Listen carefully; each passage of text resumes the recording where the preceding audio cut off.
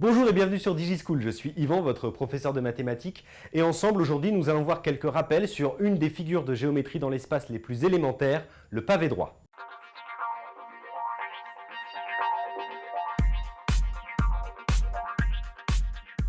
Commençons donc par rappeler ce qu'est un pavé droit que l'on appelle aussi parallélépipède rectangle.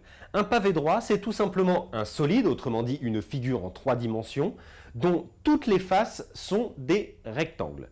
D'accord? Toutes les faces sont des rectangles. Le pavé droit possède donc 6 faces, 8 sommets et 12 arêtes.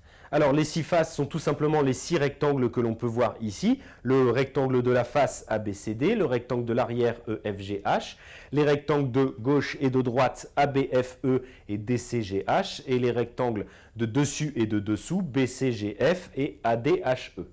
Ensuite, pour les 8 sommets, c'est tout simplement les points ABCD, EFGH, ça fait bien 8.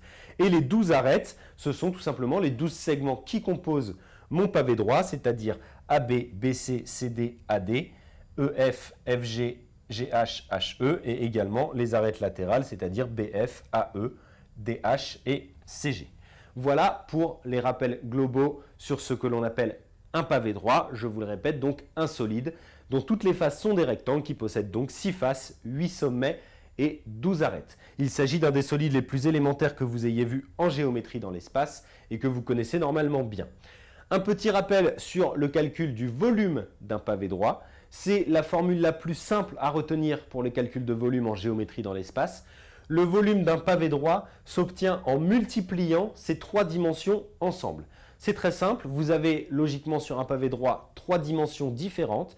Eh bien, vous n'avez pas besoin de beaucoup réfléchir, vous avez simplement à multiplier ces 3 dimensions entre elles et vous obtiendrez le volume de votre pavé droit. Par exemple, ici, on vous donne AB égale 3 cm, on vous donne AD égale 5 cm et AE égale 3,5 cm. Pour rappel, en termes de vocabulaire, AB c'est ce qu'on appelle la hauteur du pavé droit, AD c'est sa largeur ou sa longueur, ça dépend, et AE c'est ce qu'on appelle sa profondeur, tel qu'il est représenté ici. Donc tout simplement, le volume s'obtiendra en faisant 3 fois 5 fois 3,5. 3 fois 5 fois 3,5, ça va nous faire 15 fois 3,5, c'est-à-dire 52,5 cm3. Faites bien attention à l'unité, ça je vous le rappelle, on multiplie des centimètres par des centimètres par des centimètres, ça nous fait donc des centimètres cubes. Et j'encadre mon résultat. Voilà donc pour ces quelques rappels sur le pavé droit qui seront essentiels pour la poursuite de ce chapitre. Cette vidéo de rappel est maintenant terminée. Je vous invite à visionner la vidéo suivante dans laquelle on abordera les sections planes sur les pavés droits. Et moi, je vous dis à bientôt sur DigiSchool.